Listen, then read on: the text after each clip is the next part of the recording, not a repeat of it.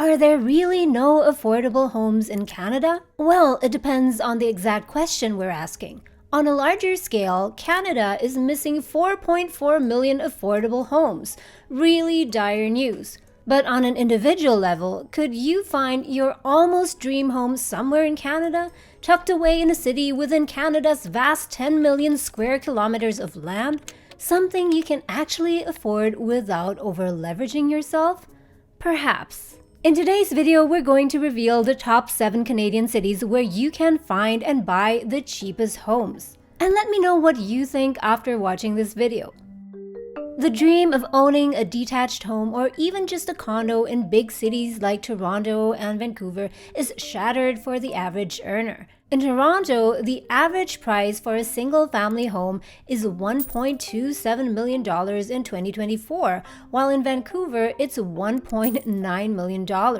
A condo will cost you less, but even to afford that, prospective buyers need to save for 58 months or just less than 5 years to afford the required down payment, at the end perhaps asking themselves if it was worth it. Let's face it, if price were not a concern, most people would prefer the space, privacy, and size that comes with a single-family or detached home. And if you're willing to look to other cities, it is still possible to find a detached home for under $500,000 in Canada. Now let's take a look at these 7 cities. At number 7, we have Sudbury in Northern Ontario with a population of 166,000. Here, a single-family home costs on average $428,400, and this is after an increase of 12% compared to last year. This is an example of a single-family home you could get. A 4-bedroom, 2.5-bathroom detached house, which despite looking a bit old, seems to be in livable condition. Something to actually accommodate your growing family, and pretty cheap compared to most other options in Canada. But cheap is not the same as affordable. While it may be cheap in absolute terms, is it actually affordable? Many people would think that in a smaller city like Sudbury, wages would be much lower. But surprisingly, the median income in Sudbury at $40,590 sits pretty high compared to the national median, even when compared to Toronto, which has a median income of $37,550, and Vancouver at $37,300. Note that in the following, the median incomes are based on available 2019 numbers.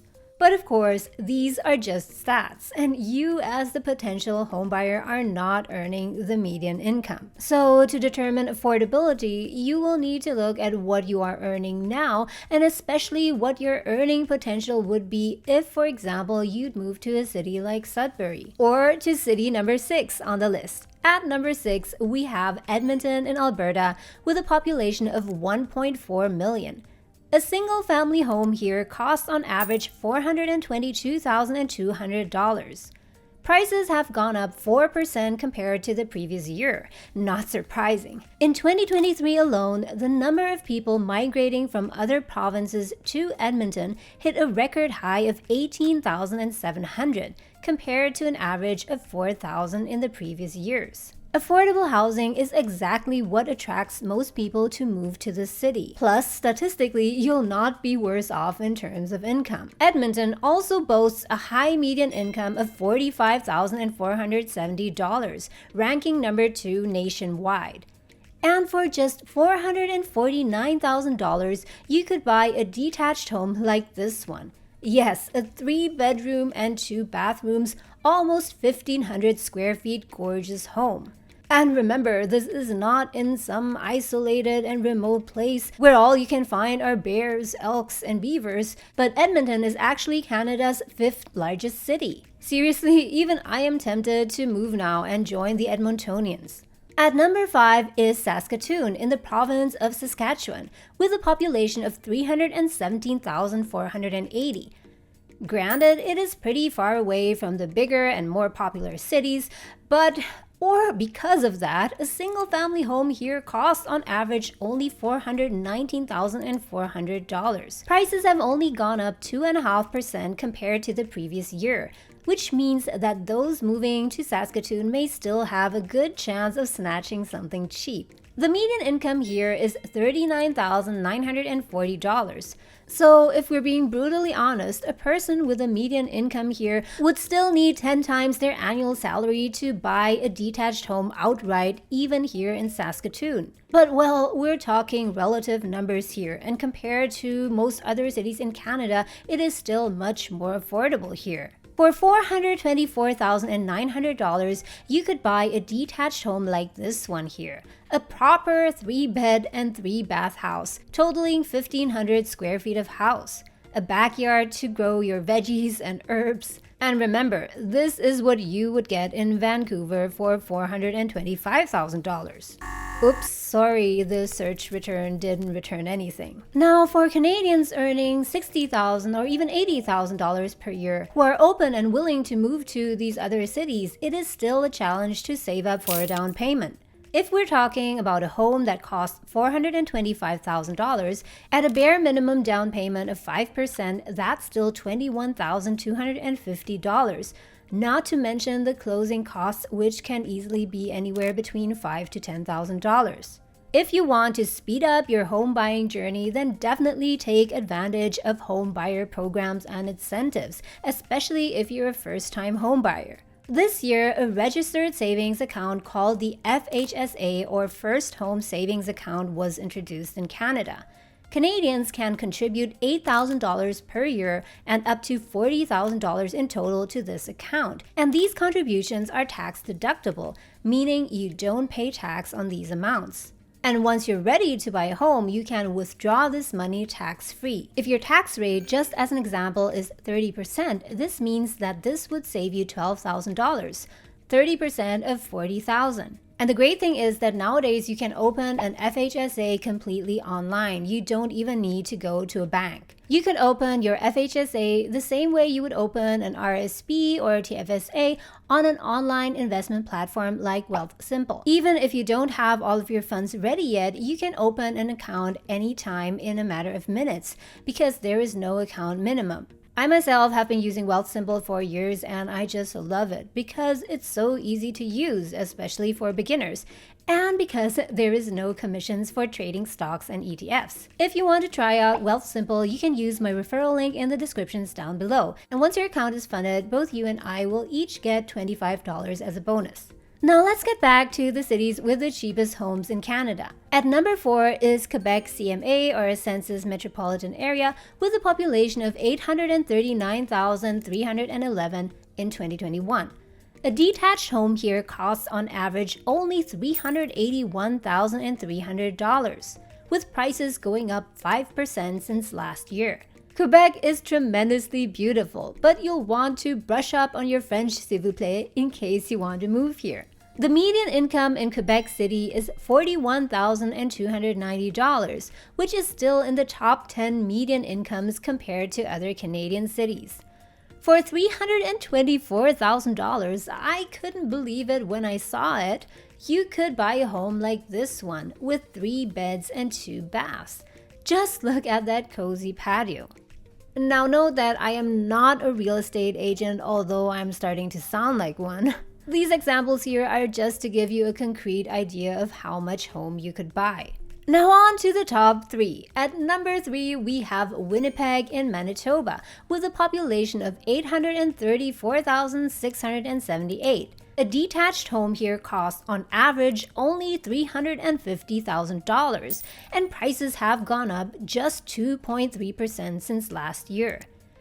Now, Winnipeg has earned a bad rep for its high crime rate, but take it with a grain of salt. Also, for reference, the median income here is $36,970, lower than Toronto and Vancouver and all cities mentioned previously. But if owning a detached home specifically is high on your priority list, you might still want to consider. For almost $350,000, you could get a detached house like this charming one here with 5 beds and 2 bathrooms.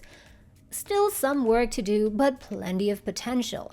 At number 2 is St. John in New Brunswick, with a population just shy of 70,000. Here in this charming seaport city, a detached home costs on average only $343,500, and prices have gone up just 4.5% since last year.